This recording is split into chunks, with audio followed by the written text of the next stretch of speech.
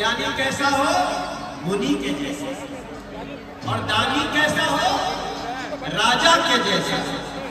एकर मतलब जे ज्ञानी नहीं थे वो मुनि नहीं थे, आज जे दानी नहीं थे वो राजा नहीं थे। हुए राजा तो वही है जो दानी कि मुनि जी के जैसन बाबू ज्ञानी हुई है और राजा जैसन दानी हुई है। हो